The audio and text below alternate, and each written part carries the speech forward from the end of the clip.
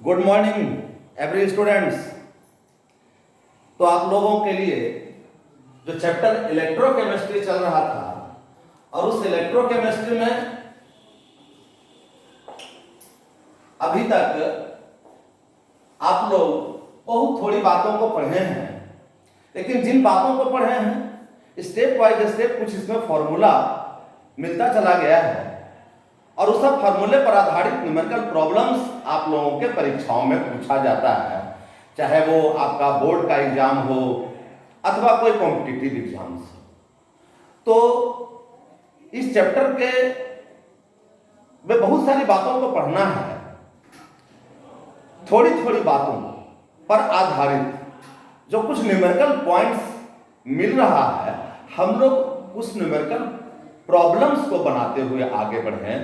अभी यह चैप्टर काफी लंबा है, लेकिन अब तक जो हम लोग इस चैप्टर में पढ़ चुके हैं उस पर आधारित कुछ न्यूमेरिकल्स को पहले बना लें, फिर इस चैप्टर के और आगे वाले थ्योरी को पढ़ें, उसके बाद उसमें कुछ और फार्मूला मिलेगा, उस पर आधारित प्रॉब्लम्स को बनाते चलें और इस प्रकार से इस चैप्टर को आसान ढंग से सॉल्व करते चलें, याद करते चलें।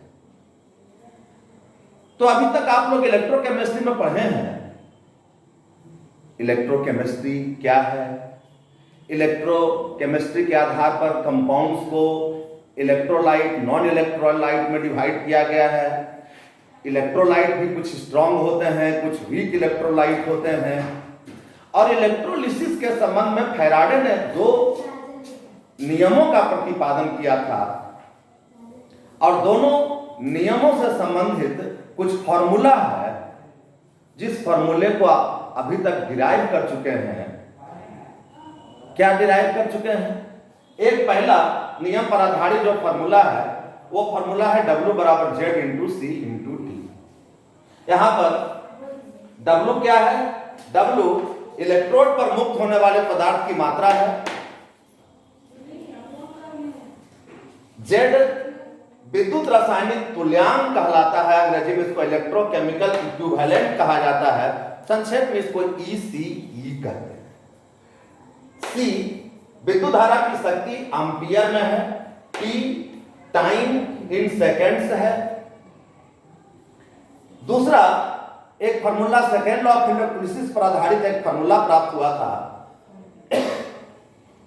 एक पदार्थ का भार जिसको W1 से इंडिकेट कर रहे हैं बटा मुक्त होने वाले दूसरे पदार्थ का भार बराबर एक पदार्थ का तुल्यांकी भार जिसको E1 और बटा दूसरे पदार्थ का तुल्यांकी भार E2।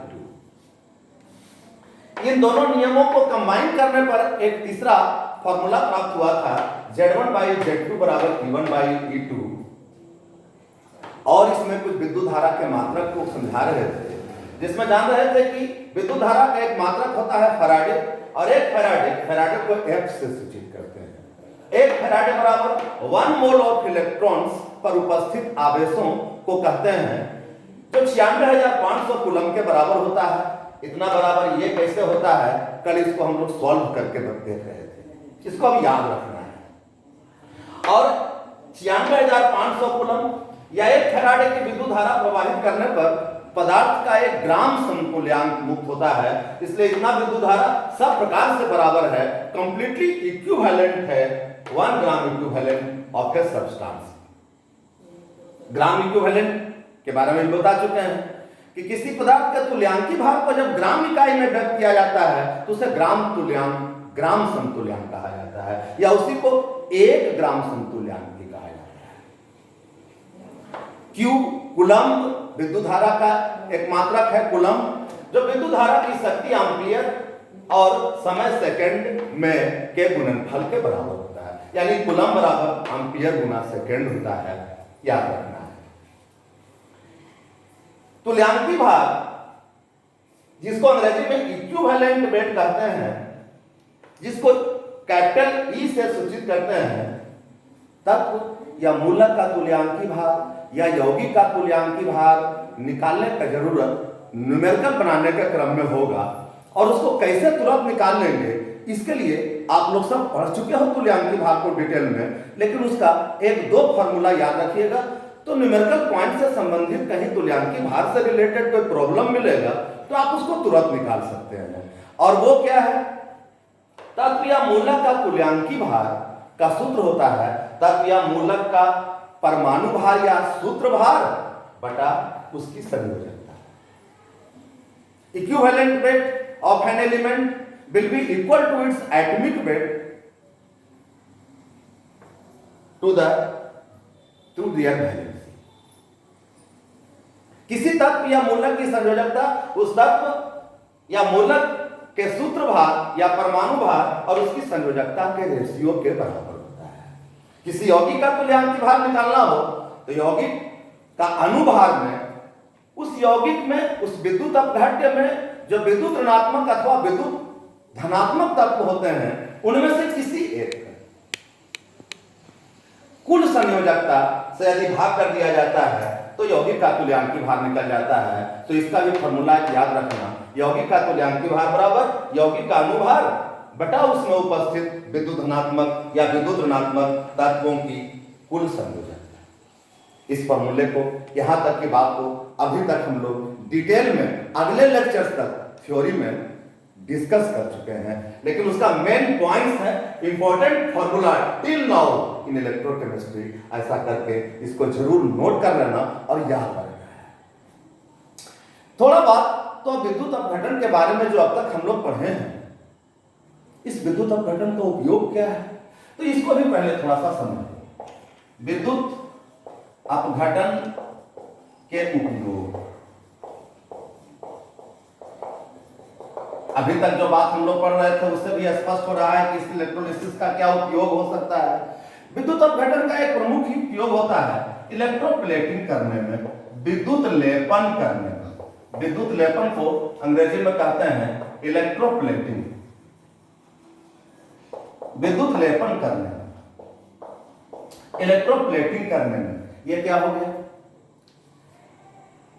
कि कोई ऐसा धातु हो जो लो क्वालिटी का हो, जस्ता हो, लोहा हो, ऐसे निम्न कोटि की धातु को अधिक आकर्षक बनाने के लिए अथवा उसको सुरक्षित रखने के लिए उस पर किसी उच्च कोटि के हाई क्वालिटी के धातु का लेपन करने की प्रक्रिया विद्युत लेपन कहलाती है।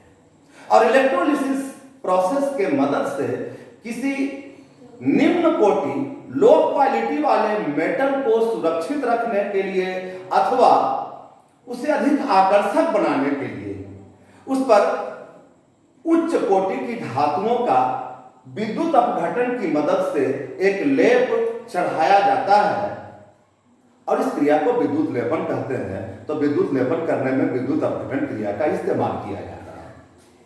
जैसे मान लो कि कोई तांबा का, पीतल का, जस्ता का, एल्युमिनियम का, लोहा का कोई एक संस्था धातु का या मिश्र धातु का आपने कोई ऑर्नामेंट तैयार किया है और उसके ऊपर उसको अधिक आकर्षक बनाने के लिए आप उस पर चांदी का या गोल्ड का लेपन करना चाह रहे हैं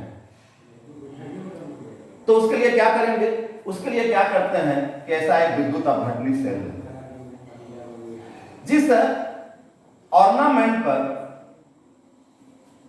विद्युत लेपन करना, जैसे मान लेते हैं ऐसा कोई ऑर्नामेंट बना लिए हैं आप, वह कोई लो क्वालिटी वाला मेटल का है, जस्ता का है, एल्युमिनियम का है, लोहे का है, तो इसके ऊपर यदि विद्युत लेपन करना है तो इसको इलेक्ट्रोलिटिक सेल में लेकर इसको बैटरी के ऋण ध्रुव से जोड़ देते हैं, इसको कैथोड बना देते हैं और जिस धातु का लेप चढ़ाना हो, मान लो गोल्ड मेटल का लेप चढ़ाना हो, तो गोल्ड मेटल के एक टुकड़े को इसमें डालकर इसको एनोड बना देते हैं, यानी इसको बैटरी के धन ध्रुव से जोड़ देते हैं, ये एनोड बन जाता है। और जिस धातु का लेप चढ़ाना हो, जैसे गोल्ड मेटल का लेप चढ़ाना है इसके ऊपर, तो गोल्ड के ही किसी घुलनशील लवण का घोल इसमें लिया जाता है। जैसे गोल्ड का एक सॉल्युबल सॉल्ट होता है पोटेशियम ऑरोसाइनाइड, पोटेशियम ऑरोसाइनाइड KAuCN का होल ग्रुप या गोल्ड का एक सॉल्युबल इलेक्ट्रोलाइट है तो इस इलेक्ट्रोलाइट का इसमें सॉल्यूशन ले लेते हैं, गोल्ड का ही एक टुकड़े को एनोड के रूप में ले लेते हैं और जिस पर विद्युत लेपन करना हो उसको कैथोड बना देते हैं। अब कैथोड और एनोड से जब इसके अंदर इलेक्ट्रिक करंट पास किया जाता है तो इसका एक इलेक्ट्रोलिसिस होने लगता है और इसके इलेक्ट्रोलिसिस के फलस्वरूप इसका जो गोल्ड मेटल है, यह गोल्ड मेटल किस पर जाएगा? मेटल तो इलेक्ट्रोपॉजिटिव होता है, तो मेटल जो इलेक्ट्रोपॉजिटिव होगा किस पर जमा होगा? कैथोड पर जमा होगा और ये कैथोड पर जितना दूर तक यह सॉल्यूशन में डूबा हुआ है उतना इस पर कैथोड पर गोल्ड आकर डिपॉजिट होने लगता है। यूनिफॉर्मली एक समान ढंग से यह इस पर डिपॉजिट हो जाता है। अब कितना गोल्ड की मात्रा डिपॉजिट हुआ है इसको जानने के लिए क्या करते हैं? अब इलेक्ट्रोलिसिस प्रोसेस को बंद कर देते हैं। अब पहले जो इसको डाल रहे थे इसमें मेटल रॉड को, गोल्ड मेटल के रॉड को इसमें जो डाल रहे थे इसका पहले वाला वेट मालूम था, पहले के वेट को पहले वे कर दिया जाता है, तौल लेते हैं। इलेक्ट्रोलिसिस प्रोसेस कंप्लीट होने के बाद जब इसको निकालते हैं तो देखते हैं कि इसकी जितनी मात्रा ली गई थी उसकी कुछ मात्रा घट गई है। जितना गोल्ड यहां से निकलकर कैथोड पर जमा होता है उतना ही गोल्ड यहां से निकलकर सॉल्यूशन में चला आता है। तो इस पर कितना गोल्ड डिपॉजिट हुआ है इसके पहले वाले भार में, बाद वाले भार को घटा लेते हैं, यह पता चल जाता है कि कितनी मात्रा गोल्ड की इस कैथोड पर जमा हुई है। तो और इस प्रकार से इलेक्ट्रोप्लेटिंग करने की क्रिया में इलेक्ट्रोलिसिस का इस्तेमाल करते हैं। पढ़ चुके हैं क्या कि किसी भी घोल से विद्युत धारा की जितनी मात्रा प्रवाहित की जाती है उतनी ही मात्रा कैथोड पर या एनोड पर किसी इलेक्ट्रोड पर जमा होती है। W वेरीज Q होता है। इलेक्ट्रोलिसिस प्रोसेस का इस्तेमाल इस प्रकार से इलेक्ट्रोप्लेटिंग की क्रिया करने में इसका उपयोग होता है। दूसरा, इलेक्ट्रोलिसिस का एक दूसरा उपयोग क्या है कि इसकी मदद से तुल्यांकी भार की गणना की जा सकती है। किसी पदार्थ के तुल्यांकी भार की गणना करने में भी इलेक्ट्रोलिसिस का इस्तेमाल करते हैं। क्या? एक formula second law of electrolysis का पढ़ चुके हैं। W1 by W2 बराबर क्या होता है? E1 by E2। फार्मूला जो इधर हम लोग देख रहे थे अगले दिन डिराइव कर चुके हैं। एक पदार्थ का भार बटा दूसरे पदार्थ का भार बराबर एक पदार्थ का तुल्यांकी भार बटा दूसरे पदार्थ का तुल्यांकी भार। तो सेकेंड लॉ ऑफ इलेक्ट्रोलिसिस से जो यह फार्मूला डिराइव हुआ है, इस फार्मूले में यदि W1 ज्ञात हो, W2 ज्ञात हो, E1 ज्ञात हो तो E2 को निकाल सकते हैं। माने इस फार्मूले की मदद से इसमें किसी तीन पदों का मान ज्ञात रहने पर चौथे पद को निकाल सकते हैं। यहाँ W1 मुक्त होने वाले एक पदार्थ का भार, W2 मुक्त होने वाले दूसरे पदार्थ का भार, E1 मुक्त होने वाले एक पदार्थ का तुल्यांकी भार। यदि W1, W2 और E1 ज्ञात हो तो चौथा पद E2 मुक्त होने वाले दूसरे पदार्थ के तुल्यांकी भार की गणना की जा सकती है। विद्युत अपघटन नियम का यह भी एक उपयोग है। विद्युत अपघटन नियम के और भी उपयोग हैं विद्युत धातु कर्म में, इलेक्ट्रोमेटलर्जी में। मेटलर्जी में धातु कर्म में पढ़े होंगे कि अयस्कों से धातु के निष्कर्षण की प्रक्रिया को धातु कर्म कहा जाता है, मेटलर्जी कहा जाता है। और मेटलर्जी का प्रोसेस कई तरह से किया जा सकता है। थर्मोमेटलर्जी होता है और एक इलेक्ट्रोमेटलर्जी होता है, विद्युत धातु कर्म होता है। विद्युत धातु कर्म, इस विधि में भी विद्युत अपघटन नियम का इस्तेमाल किया जाता है। सोडियम, पोटेशियम, कैल्शियम, एल्युमिनियम इत्यादि धातुओं के अयस्कों से इन धातुओं का निष्कर्षण विद्युत अपघटन की प्रक्रिया द्वारा कराया जाता है और इसी प्रक्रिया को विद्युत धातु कर्म कहा जाता है। तो ऐसे उच्च विद्युत धनात्मक धातुओं का निष्कर्षण उसके अयस्कों से विद्युत अपघटन की प्रक्रिया का इस्तेमाल करके ही किया जा सकता है। यानी विद्युत धातु कर्म में भी विद्युत अपघटन नियम का उपयोग होता है। अनेक दवाओं के निर्माण में भी विद्युत अपघटन प्रक्रिया का इस्तेमाल होता है। इसके अतिरिक्त इलेक्ट्रोलिसिस का एक और मुख्य उपयोग है कॉपर, जिंक, ऐसे कुछ मेटल्स का प्यूरिफिकेशन करने में, उसका रिफाइनिंग करने में भी विद्युत अपघटन प्रक्रिया का इस्तेमाल होता है। यानी और ऐसे प्रोसेस को इलेक्ट्रो रिफाइनिंग मेथड कहा जाता है, इलेक्ट्रो रिफाइनिंग प्रोसेस कहा जाता है, विद्युत शोधन विधि कहा जाता है। तो धातुओं का इलेक्ट्रोलिसिस प्रक्रिया के द्वारा शोधन करने की प्रक्रिया विद्युत शोधन कहलाती है। इसमें भी विद्युत अपघटन नियम का इस्तेमाल होता है। और अब देखो यार, थ्योरी इलेक्ट्रोलिसिस से संबंधित प्रैक्टिकल थ्योरी है, प्रैक्टिकल एविडेंस पर आधारित सब थ्योरी है जिसको आप समझें। लेकिन इस पर आधारित कुछ फॉर्मूला को यदि आप याद कर लिए हैं तो इस पर आधारित बहुत सारे न्यूमेरिकल्स पूछे जाते हैं। और ये न्यूमेरिकल्स न कि सिर्फ केमिस्ट्री में होते हैं, फिजिक्स जब पढ़िएगा आप लोग करंट इलेक्ट्रिसिटी तो उसमें भी इससे संबंधित प्रॉब्लम आपको मिलेगा। तो लगेगा केमिस्ट्री और फिजिक्स का प्रॉब्लम तो कॉमन हो रहा है। तो इसको पढ़ने का और इसका सब न्यूमेरिकल बनाने का दो लाभ आपको मिलने वाला है। इससे संबंधित अभी तक जो बात हम लोग पढ़े हैं, यदि यह सब फॉर्मूला आप लोग ठीक से याद करके न्यूमेरिकल बनाने के लिए बैठोगे, सब न्यूमेरिकल बहुत आसान लगेगा और बहुत सारा न्यूमेरिकल अब हम लोग सॉल्व करेंगे, एक्सरसाइज करेंगे। न्यूमेरिकल रिलेटेड टू इलेक्ट्रोकेमिस्ट्री, अभी तक जो बात हम लोग पढ़े हैं उससे संबंधित कुछ न्यूमेरिकल्स पहले से बना लेंगे, तब इलेक्ट्रोकेमिस्ट्री के आगे वाले पार्ट्स को और पढ़ेंगे और फिर उस पर आधारित न्यूमेरिकल को सॉल्व करेंगे। एक प्रॉब्लम है, 40.5 ग्राम एल्यूमिनियम मुक्त करने के लिए कितने कूलम विद्युत की आवश्यकता होगी, जबकि इलेक्ट्रोड रिएक्शन, इलेक्ट्रोड प्रतिक्रिया L+3+3e 3 इलेक्ट्रॉन्स बराबर Al है। यह तो इलेक्ट्रोड रिएक्शन है।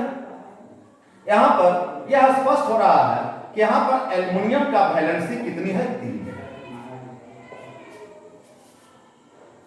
और एल्युमिनियम की वैलेंसी 3 है। तो इक्विवेलेंट वेट ऑफ एल्युमिनियम क्या होगा? किसी तत्व का तुल्यांकी भार परमाणु भार बटा उसकी संयोजकता के बराबर होता है, या मूलक का तुल्यांकी भार उसका सूत्र भार बटा उसकी संयोजकता होती है।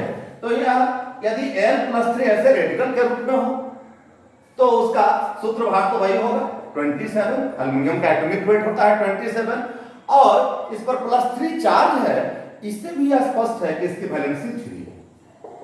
इसका इक्विवेलेंट वेट हो गया कितना, 9। सो ग्राम इक्विवेलेंट ऑफ एल्यूमिनियम बराबर कितना हो जाएगा, 9 ग्राम एल्यूमिनियम हो जाएगा। क्यों? क्योंकि इक्विवेलेंट वेट को ही जब ग्राम इकाई में व्यक्त किया जाता है तो उसको ग्राम समतुल्यांक या ग्राम समतुल्यांक कहा जाता है, या उसी को 1 ग्राम समतुल्यांक कहा जाता है।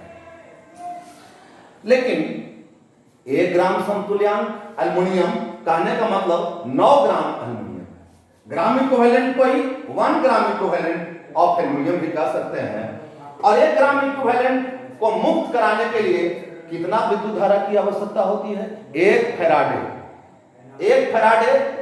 96,500 कूलम के बराबर है, जो 1 ग्राम तुल्यांक को मुक्त कराने में सक्षम होता है।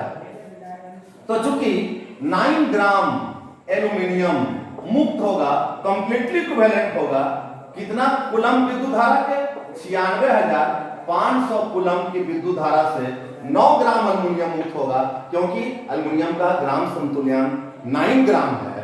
इसलिए सवाल में है 40.5 ग्राम एल्यूमिनियम मुक्त करने के लिए कितने कूलम विद्युत धारा की आवश्यकता होगी। 9 ग्राम एल्यूमिनियम को मुक्त कराने के लिए 1 फैराडे विद्युत धारा चाहिए, जो 96,500 कूलम के बराबर है। तो 1 ग्राम एल्यूमिनियम को मुक्त कराने के लिए 96,500 बटा 9 कूलम विद्युत धारा की आवश्यकता होगी। तो 40.5 ग्राम एल्यूमिनियम को मुक्त कराना है, तो इसके लिए कितना अमाउंट ऑफ करंट इलेक्ट्रिसिटी चाहिए, 96500 into 40.5 डिवाइड बाई 9। बस इतना सॉल्व कर लो। इतना कूलम विद्युत धारा की आवश्यकता होगी और इसको सॉल्व करोगे तो ये आ जाएगा 4.34 इंटू 10⁵ कूलम, ये इसका आंसर हो जाएगा। इसको आप इजीली सॉल्व करके देख सकते हो और बहुत आसान ढंग से ऐसे सवाल को बना सकते हो। इसी ढंग का एक और छोटा सवाल ले रहे हैं। इसी ढंग का प्रॉब्लम आप लोग केमिस्ट्री में भी और फिजिक्स में भी जब बनाने लगोगे तो सब प्रॉब्लम बहुत आसान ढंग से बनेगा। यदि केमिस्ट्री इलेक्ट्रोकेमिस्ट्री का प्रॉब्लम आप केमिस्ट्री में आसानी से सॉल्व कर रहे हैं तो फिजिक्स का करंट का प्रॉब्लम बनाना आपके लिए सुविधाजनक हो सकता है।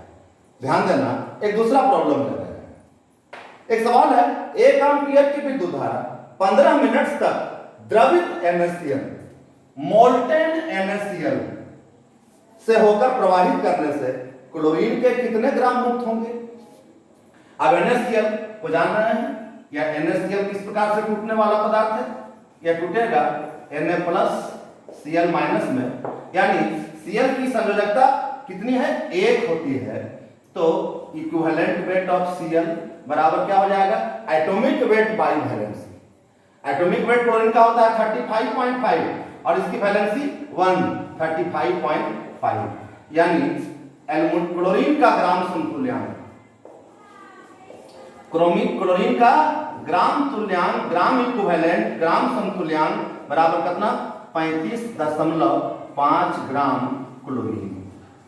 अब इतना ग्राम क्लोरीन को मुक्त कराने के लिए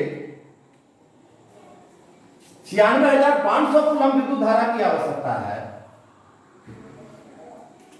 लेकिन कितनी विद्युत धारा प्रवाहित करना है?